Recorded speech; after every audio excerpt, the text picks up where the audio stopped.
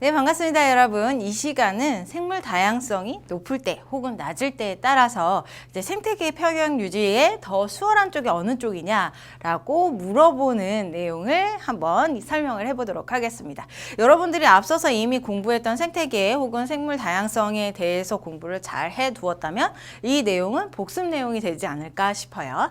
자, 일단은 첫 번째 생물 다양성이 높은 경우와 그 다음에 낮은 경우로 나누어지게 되는데, 여기에서 얘기하는 생물 다양성은 여러분들이 생각할 때에 종 다양성으로 생각하면 가장 이제 이해하기가 쉽다. 우리가 생각하는 생물 다양성, 우리가 알고 있는 다양성은 세 가지가 있죠. 유전적, 종, 그 다음에 생태계 다양성, 이렇게 세 가지가 있는데, 이 중에서 각각의 다양성의 특징을 물어보는 게 아니라 이 다양성의 일반적인 개념과 그 개념을 이용한 생태계의 평형을 물어보기 때문에 일반적인 생물 다양성인 종 다양성으로 여러분들이 파악을 해주시면 될 것 같아요.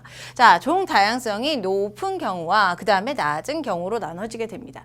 자, 높은 경우 같은 경우는 이제 먹고 먹히는 관계가 단일 사슬의 관계는 아니겠죠. 여기에서 먹이 사슬이라고 하는 게 바로 단일 사슬의 관계예요. 한 놈이 먹고 먹히고 그 다음에 한 놈이 먹고 먹히고 또 다른 먹이는 차선책은 없다라는 얘기. 자, 그런 관계일 때보다 다양성이 높기 때문에 더 다양하고 복잡한 관계가 만들어졌을 때 이 생물 다양성이 높은 경우이다라고 얘기를 해줄 수가 있습니다. 또 하나, 이렇게 복잡하고 다양하게 되면 무슨 현상이 일어나게 되냐면, 만약에 한 종이 멸종을 하더라도 사라지더라도 다른 대책이 있는 거죠. 이 윗단계 같은 경우, 윗단계의 먹이 포식자 같은 경우는 이제 다른 피식자를 먹으면 되기 때문에 대체가 있어서 생태계 평형이 쉽게 깨지지 않고 잘 유지할 수 있는 조건이 이루어진다라고 볼 수가 있어요.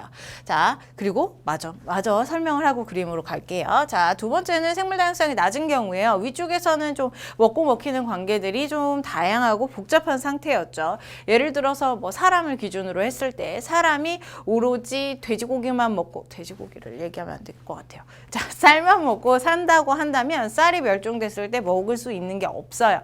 그래서 이 사람도 멸종할 수밖에 없는 상황이 벌어지게 되는데, 하지만 사람은 일반적으로 소고기도 먹고 돼지고기도 먹고 닭고기도 먹고 쌀도 먹고 또 뭐 있죠? 풀도 먹고 막 그래요. 자, 이렇게 다양하게 먹을 수 있는 재료들이 많기 때문에 한 종이 뭐 돼지가 멸종을 하더라도 다른 먹이들을 먹을 수 있기 때문에 대체 상품들이 있기 때문에 이제 이 생태계를 평형을 깨지 않고 유지시킬 수 있다라고 얘기하는 겁니다. 자, 생물종이 낮은 경우는 아까 처음 얘기한 것처럼 사람이 쌀만 먹었을 때의 상태예요. 자, 먹이 사슬이 굉장히 단순하다. 먹고 먹히는 관계가 하나의 일렬로 이루어져 있는 관계. 자, 그랬을 때 한 종이 멸종을 하게 되면 그것을 먹는 포식자도 멸종을 할 수밖에 없는 상황이 벌어지게 되는 거죠. 자, 대체할 수 있는 생물이 없기 때문에 생태계의 평형이 깨지고 대부분 다 멸종을 해버릴 것이다. 이런 얘기가 되는 겁니다.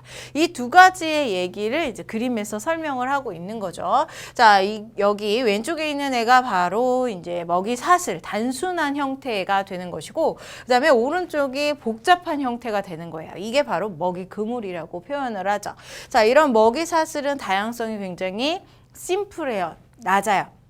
그렇기 때문에 예를 들어서 토끼가 멸종을 해버리면 이 매가 먹을 수 있는 밥은 오로지 토끼뿐이었는데 매가 풀을 뜯어먹을 수는 없죠. 자, 그렇기 때문에 토끼뿐이었는데 먹을 수 있는 게 없어. 그럼 얘도 마찬가지로 멸종을 해버릴 수밖에 없습니다. 그러면 이제 풀만 미친 듯이 자라나는 이제 황무지 생태계가 되는 거죠. 자, 그런 생태계는 다양성이 깨졌고 그 다음에 생태계 피라미드도 깨졌기 때문에 생태계 평형이 유지되지 못했다, 깨졌다라고 얘기를 하는 겁니다. 자, 하지만 이렇게 복잡한 형태, 먹이 그물의 형태 같은 경우는 자, 한 놈이 죽어요. 예를 들어서 누구를 죽일까요? 쥐를 죽여요. 쥐가 멸종이 됐습니다. 그러면은 이 쥐를 먹는 뭐 토끼가 아니죠.